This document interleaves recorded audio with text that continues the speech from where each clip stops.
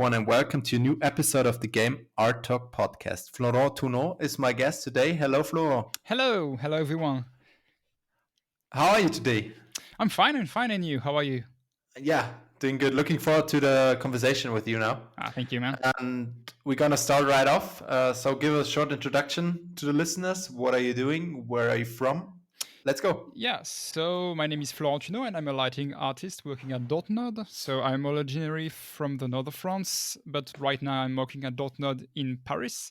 And for the last year and a half, I've been working on Twin Mirror, which will be released like tomorrow when we are recording, so on December 1st. Yeah. Nice. So, have you been a lighting artist for all your career, or have you started in another field and then developed to being a lighting artist? No, I've been a lighting artist since the beginning because right after Okay. my studies, I was hired as an intern to work on a VR game, an escape VR game, and right after that, I was recruited at Dontnod. So, how long are you in the games industry now? It will be almost 2 years because I've started on January 2019. Okay, this is pretty fast. So, Yeah. when did you get your first studio job? You told me that you have been hired for Twin Mirror, right? Yeah. Before that, I was hired for very small by a very small studio in Paris, in north of Paris, and I was working on a VR escape game. And right after that, Dotnod contacted me, and this was my first job in let's say a big studio because Dotnod is quite big. Yeah, yeah. So you can call it like a triple double A, right? Yeah, double A studio, exactly. Double A, if you have this categorization. So Yeah. we spoke about being alone on production as a junior. I think you started as a junior at Dontnod, and you told me you have been alone in production. So can you tell me something about it? How was it for you? How did you handle it? Were some big challenges? Yeah, so I was recruited because the lighting artist who was assigned on the team left, so they needed someone to replace this person, and I was alone on the production for like 8 or 9 months. Hmm. And I was a junior. So the first challenges were to prove myself to the team because I knew if they recruited me, it's because they thought I was good at what I was doing. But I had to prove myself to the team, and so to begin with, I've redone all of the documentation, and I redesigned all the lighting pipeline on the project. And by doing so and relighting and reworking some of the scene of the game, the art director just told me, "Okay, I trust you. Do your thing." So right after that, I was allowed to redo everything on the environments of the game, as well as developing new ideas for some environment because we wanted to change the art direction on some environments. So the thing is I had to do all by myself, and even if I was a junior, I was like acting as a lead, if I can say so, because I was the referent for the lighting on the project. If anyone had a question or a problem with the lighting, they had to come to me. So my superior was the art director, but I had no lead at this time, and I never had a lead on Twin Mirror. Even when my colleague Brice went to Dortmund, where was hired to reinforce the lighting team, we didn't have any lead. Okay, so what you kind of developed yourself into the role as being from a junior to a regular artist? Yeah, that's exactly the thing. Even if right now I still have the junior title in my contract, it will be removed as of January 2021. So that's an exclusivity for you. Okay. I Okay. will no longer be considered as a junior adult now as of January 2021. So that's good. And yeah, being alone as a junior can be difficult, but it depends on the size of the studio. Maybe if you're working on a really big AAA company, they won't give you the same tasks as in a small AA studio, because the scope is not the same. Maybe the politic of recruiting or managing people at the student is not the same. But I don't know that I had I had the chance to be able to work by myself, and all of my colleagues trusted me, so it went super well for me. Okay, so you're releasing Twin Mirror tomorrow. What happens with your with your day-to-day job when you are releasing a game? Are you fixing any bugs or are you moving on to a next project? How does this release affect your day-to-day job? As of today, I am no longer working directly on Twin Mirror because all the bugs are fixed, etc. But for the like past month, I had to fix some bugs, maybe tweak some things that were forgotten, you know. But for the last 2 weeks, my tasks were to assist if there were any bug found. Just I had to be ready, you know, for the QA department or the developers if they had to come to me and tell me that something was broken. I was assigned to bug fixes, lighting wise. I also helped with optimization and finding, let's say, if you have frame drops, etc., at some places in the game, because I know how to optimize and read an FPS chart, etc., with optimization software for consoles. I helped on that subject too. But right now, I'm just moving on another project at Dontnod because the game is basically over on my side. Okay, as you already mentioned, being a lighting artist is not just about being an artist when it comes to the visual aspects. It's also more of a technical position where you have to handle the game requirements, the specs of the console or the PC. So let's talk about that a bit. So how are you approaching this? Yeah, the I think some of the students or newcomer to lighting are mistaking. They make mistake about the fact that being a lighting artist is, as you said, not only being an artist. You are a technical person because Yeah. people have to know that lighting is the thing who is hitting performances the most on a game. Like your GPU will struggle to render lighting more than rendering millions of polygons. And as a lighting artist, your responsibility is to optimize and know where to look and where to be careful. To optimize and not break your scene. So basically, on Twin Mirror, I was responsible for the lighting optimization on the game, and what I had to do a lot is booting the game on console, checking for the performances. If the QA or the technical artist told me we had performances issue, I had to check if it wasn't lighting related. So you don't you are not only placing point lights or spotlights in an environment. You have to be aware of the technical part of it because you're we are at the end of the chain. In a game production, but what we are doing affects all of the other assets. So it's our responsibility to make the work of others like beautiful, you know, because lighting can make or break a scene, in my opinion.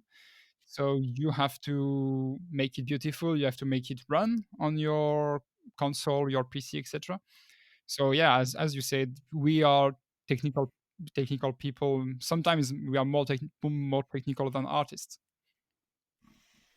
Okay, so as you said, like when being a junior, you see this beautiful lit scene and environment, and you're like, "Whoa, I'm really into uh, being a lighting artist, and I want to make it beautiful and want to make it great looking." But that's just the other side of the coin, where you have to make sure that the game is running and it's really looking that beautiful all the way on every PC and on every console, right? Yeah, yeah, that's right. And it can be sometimes frustrating. Like, I don't know, on Premiere, it was, a small environment. It wasn't like an open world. So if you are working, I don't know, on the next Assassin's Creed or Ghost Recon at Ubisoft, for example, your lighting capacities will be diminished because it's an open world. So it's very expensive to run lighting in an open world. So you don't approach lighting for a really huge world and a really small world like Twin Mirror. So yeah, you just have to be aware that depending of the on the scale of the game and the game you are working on, you will not approach the lighting the same way, if I can say so. So, as we spoke about the beginners or the juniors starting in this position, could you give any like tips how people can handle this better so they don't just see the beautiful visual side on the position, so they also think about the technical aspects? So, how do you treat this? um in my opinion, like if you are a junior or someone who is aspiring as being a lighting artist, my advice would be to use your portfolio to show beautiful pieces, but also you have to show the recruiters or the lighters who will interview you that you know what optimization is, what's optimization. This is what gave me the job at Dontnod, because even if I didn't have the best portfolio at the time, I knew how to optimize because of my experience on working on a VR game where performances are critical, because you have very specific things, like you have to run above 90 FPS constantly, and it's very difficult lighting wise. So I really want to encourage students or juniors to learn how to optimize their scene. Like, don't use spotlight, casting shadows, casting real time shadows everywhere. Limit yourself in a way that you produced a beautiful like screenshot or a beautiful video, but it's if your PC is struggling, like if you have 5 FPS in an engine trying to rendering the scene, um, it's not a good sign. You have to know your limits and know the limits of your hardware. And fortunately, the next gen is coming right now, because working on like 7 years old console was a challenge for me for Twin Mirror. Mhm. But never forget that what we are doing as a lighting artist is the most expensive on a video game to render. So we have to know how to fit all of our work on the target consoles or target machines. So, how is the next gen, as you already spoke about it now? How is it affecting your position? Like, how are the possibilities are getting bigger? We have more GPU power, which Mhm. means that we can render like more shadow, casting shadow lights, etc. But we also have access to ray tracing, so we have to be careful because obviously ray tracing is very expensive. But seeing what studios like Insomniac were able to do on Spider-Man Miles Morales, they were able to produce a game which runs with ray tracing everywhere. It really opens more possibilities, and it will allow us to ditch some problem that we had, like leaking lighting, that the lighting leaking between walls, real-time soft shadows without having to bake the lights.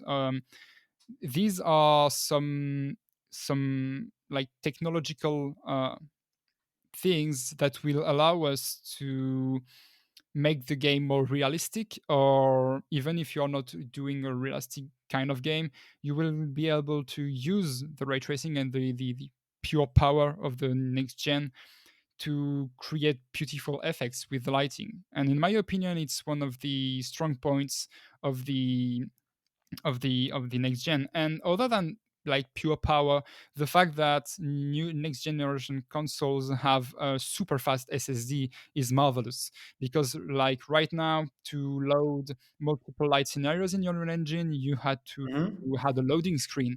And if you just take a look at the preview of the next Ratchet and Clank, it's just amazing. You can switch worlds just like that, and this will allow um, lighting artists to swap words and swap entire lighting scenes just in a fraction of seconds, and that is a huge thing to consider. Okay, so as I hear, you are pretty looking forward to the next Yeah, gen, right? yeah. So, is it making things easier for you, or is it making things even more harder than it is now because more possibilities are making it like harder for you? How do you handle this? In my opinion, right now it's kind of difficult because we had. I know the limitations of the whole old hardware. Like basically, it was the Xbox One was the limiting factor because it was the weakest console, and right now you have like a ton of power available, but the trick is you have to limit yourself because you want to use everything. You want to ray trace everything, use a ton of light, but in the end, it won't run because even if the new next gen, even if the next gen is very powerful, it's not. It doesn't have unlimited power. So right Yeah, now yeah, it's yeah, like yeah. it's more like of a burden because I had access to next gen just recently. So yeah, I have to work hard to understand what are the limits and what can I do. But it's looking good. Honestly, it's looking good.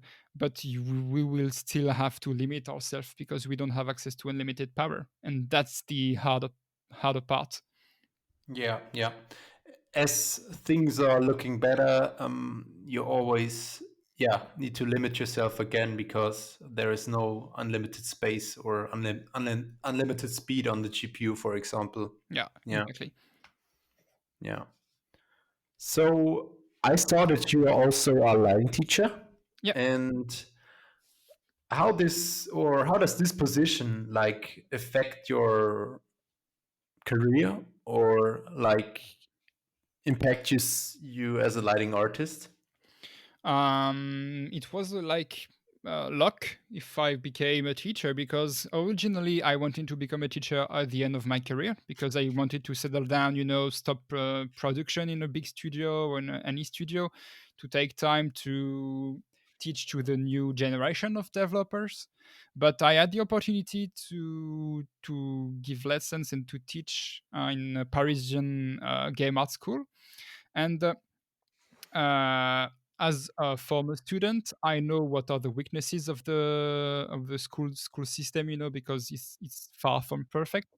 So I'm trying to teach my students everything I know, and I trying to warn them about the difficulties they can encounter.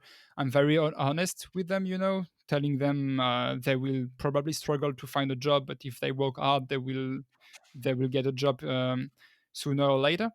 And from day to day, it's kind of good, because I've learned some things myself by preparing my lessons because I can't just go in class and improvise, so I've gathered resources that I'm giving to my students, and that helped me not only for my personal work, but also I shared some of the things I found with my colleagues.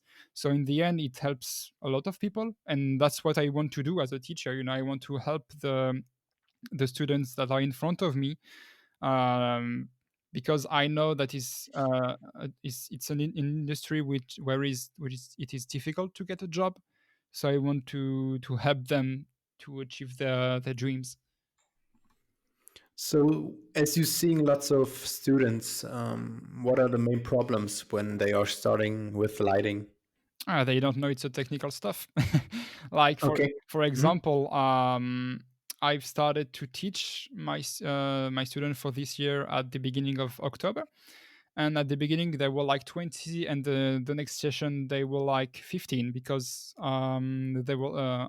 I was like, okay, it's an artistic job, but you have a lot of theory to know about. You have to know how light works in real life. If you want to be a good lighting artist, you have to go outside. You can take pictures, with your phone, understand how light works. And I think a lot of them didn't expect that because, like I said, a lot of young students or young artists think that lighting is only a matter of art and not technical stuff. So that's the most challenge I think for them, understanding all of the technical part of the lighting. Okay, so I saw that you made some stuff for the artists. I think you lighted a steampunk environment. Yeah. So maybe you could walk us through the steps you yeah, you kind of approached it and how you handled it. Yeah, so basically, I'm on the layout Discord, and when I see a scene that I really like, I ask if they can give it to me, and in exchange, I just produce visual for them because I think they do a really, really good job. And for this one, I was so inspired that one of my colleagues saw me working on the. It was before COVID, obviously, but he saw me working on the scene during my lunch break, and he was like, "Hey, it's looking nice. Would you be okay if I worked on it with you?" And it's Thomas Lemoine. It's one of my camera artist colleague, and basically I lit the scene, and he's done his magical stuff by creating camera, doing the montage with music, etc. So I wanted to approach this scene by making it a night scene with a very warm lighting coming from the street lamps, making the cars and the copper shine, all around the scene.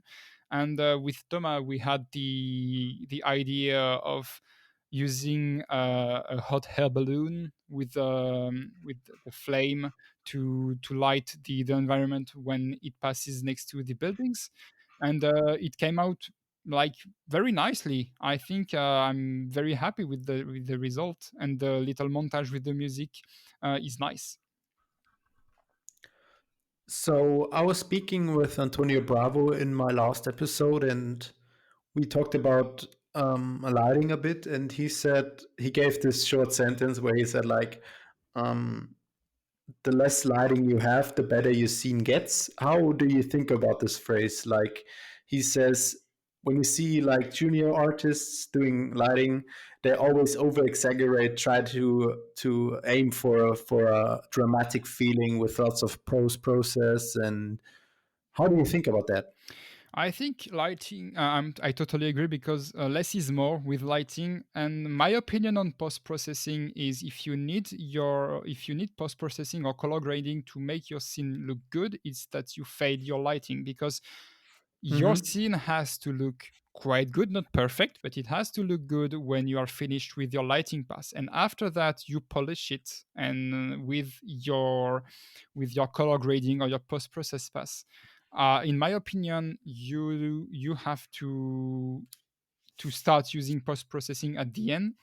You just have to at the beginning of your work just set the exposition, um, and that's all. You set the exposure and you just move on with lighting, and don't try to exaggerate like with a lot of contrast, etc. Because if it's just like tests or something you want to create something moody, that's all right. But for example, if you are lighting artist for video game, you have to remember that everyone is going to play the game, so they have to see where they are going, even if it's a little bit dark, etc. Even if you are doing a lighting by night, like if we take the example of Ubisoft open world game or The Last of Us, a lot of night scenes were lit by the moon or the artificial light, etc. Because it's a video game, so your player has to know where he is going. And a common mistake is to make things like super contrasty with a lot of color grading, etc. And if you take all of the post process, the scene is not very beautiful, So yeah, less is more with lighting, and be careful not overdo it, if I can say so. Yeah, so let's speak about lighting gameplay wise. You mentioned The Last of Us. What is like, is the instruction coming from the game designer what you are doing with the light, or are you doing it by yourself? Let's say there is a pathway and the player has to follow this pathway. You are lighting it with a torch, which is the most common thing nowadays. But is this all your fault, or is it like instructed by the level designer? I'd say it depends. For example, I will talk about only about Tree Mirror because it's my only experience in a big studio. But for example, on Tree Mirror, sometimes it was the level designer or the game director who came with an idea, and they told us, okay, we had this intention. It's your job to help us to transmit this intention. But sometimes it was just the art director who was like, I want this mood for the scene because. The scenario of or the path, the gameplay path, etc., fits what I have in my mind. So we would have some references, concept art to follow, and we could obviously we could iterate on it. Like we could just show other ideas. Like if we had a specific idea that wasn't uh, the idea that came from the art director, it was always good to talk about it. And sometimes some ideas that I exposed, that I proposed to my team, were accepted because they liked just the way that it looked. But sometimes it's what we didn't have a choice. They told us, okay, we want this mood. You just give me this mood on the scene, please. So it's a matter of context, if I can say so. Sometimes it's up to you. Sometimes it's not. Okay. Okay. So where does the main impact on lighting come from? Is it given by the concept artist? Is it given by the lead artist? So how does it like affect your creative path when lighting a scene? Um, I like to have a mood board, and I like to work based on a mood board. Because I like to know the intention of the scene, like what is happening to the character. For example, is he sad? Is it a cheerful scene? What's happening? So the thing that I want to know what's happening, because the colors and the color theory is super important. Let's take for example the Last of Us game. At the beginning, everything is kind of bluish, cold because Joel is broken, and if you play the game and towards the end of the game, everything is starting to warm up, because Joel is beginning to take care for Ellie, etc. So this is the perfect example of color theory. At the beginning, Joel is broken, so everything is cold. At the end, is enjoying with being with Ellie, etc. So everything is turning warmer, and I like to have the ambience and know what will happen to the character before I have any concept art. To think about the colors, the maybe the grading that I can apply to the scene. And other than that, I like to have like a concept art or a mood board of the scene, and I iterate on it. And what was really good on Twin Mirror is that even if sometimes I didn't respect the mood board or the concept art perfectly, if I proposed some ideas, it was always the art director was always open for discussion. So this kind of setup, it's what I like, not being. I don't like to work as like a machine, I don't like to work with something that is mandatory, like you do that and that's all. You can't propose anything, or you can't iterate on it. So yeah, that's how I like to work on scenes.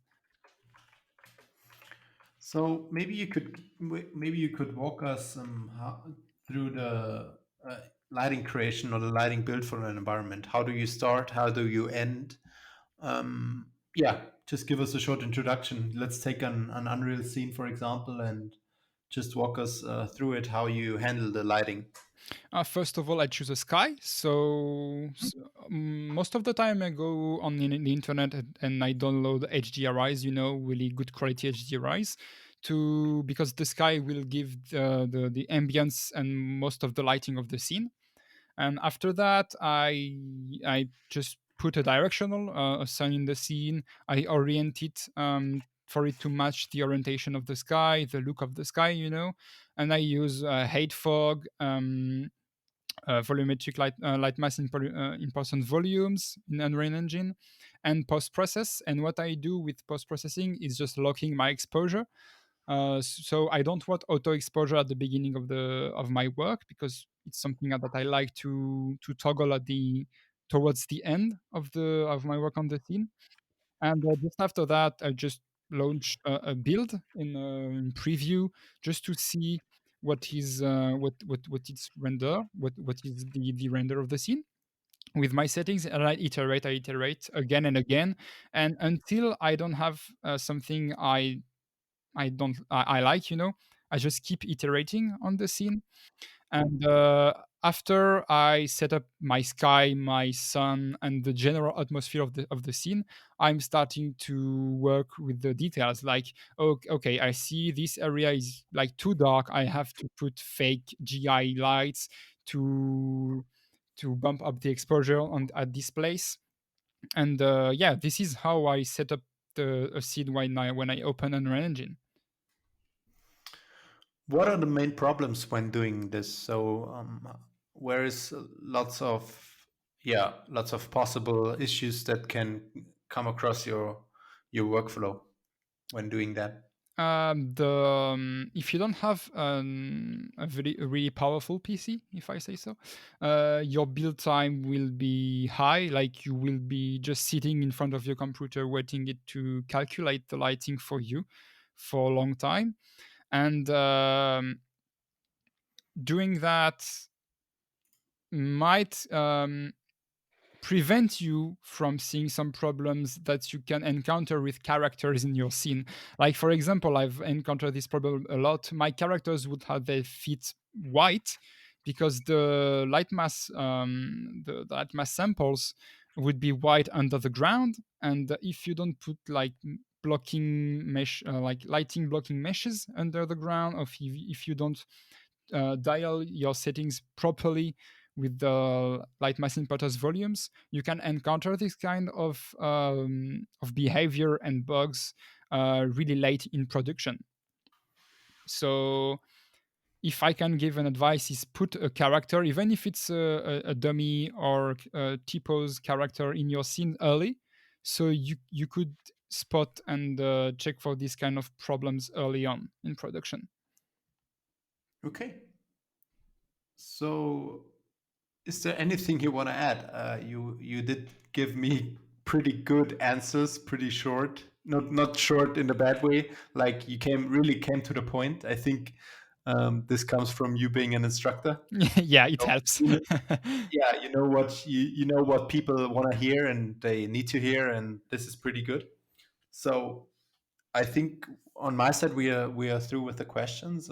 Is there anything you want to add to people who want to become a lighting artist or who are into lighting? I saw that you also did a tutorial, which is pretty cool. I Ah, bought it myself, thank you. and, and yeah, is there anything you want to add? Yeah, just a small tips for newcomers or juniors or students. If you like creating lighting ambiances or doing photography, etc., dig into lighting, because the thing is, it's a pretty new job in the video game industry. In the CGI industry, it's pretty common. But for example, we are 7 or 8 lighting artists at Dontnod. I am the only one, or we only two, if I'm not mistaken, that come from the video game industry. All of the other people, the other lighters, come from the CGI industry. Hmm.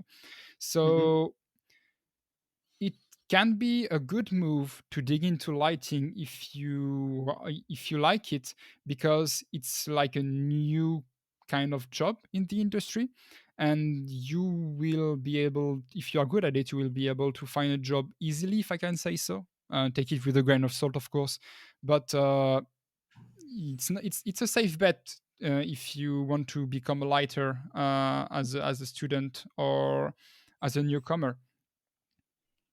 So you would say that the lighting artist is a more and more asked questions in the future? Yeah, because I see a lot of students struggling with their scenes, and they ask me, why is it not looking good? Like, when I put it in Marmoset, it's beautiful, but in an engine, it's not very good looking. And the common answer that I gave them is, your lighting is broken. It's not looking good because you failed at doing your lighting. So I sit with them, or right now because of COVID, I just talk with them through Skype to help them making their scene look good with lighting.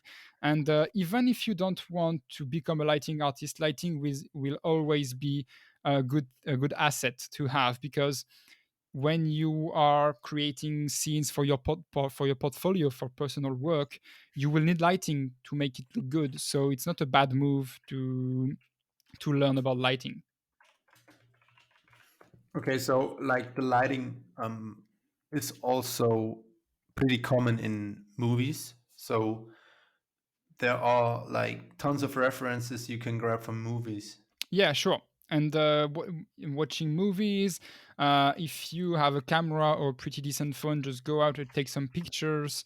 um See how the light works. Like, for example, the the example that I give to my students is, they want their shadows to look sharp every time, but every time they say that to me, I tell them, go out during a sunny day in summer and look at the shadows on the ground. Everything is blurry, because lighting Hmm. lighting in video game is not about having everything sharp. Like, it's not how it works in real life.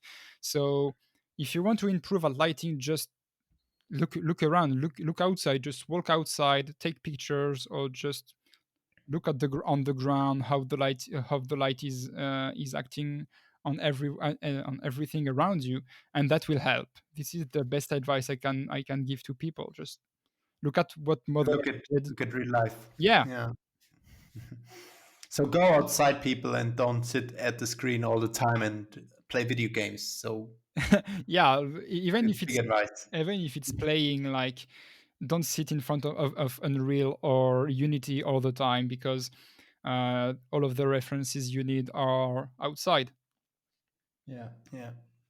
All right. I think Florent, you gave us a great insight of what the lighting artist is doing all day long and how to approach lighting. And yeah, thank you so much for being on the podcast. Thank you for having me, and have a good day. Goodbye, everyone. Take care. Bye bye.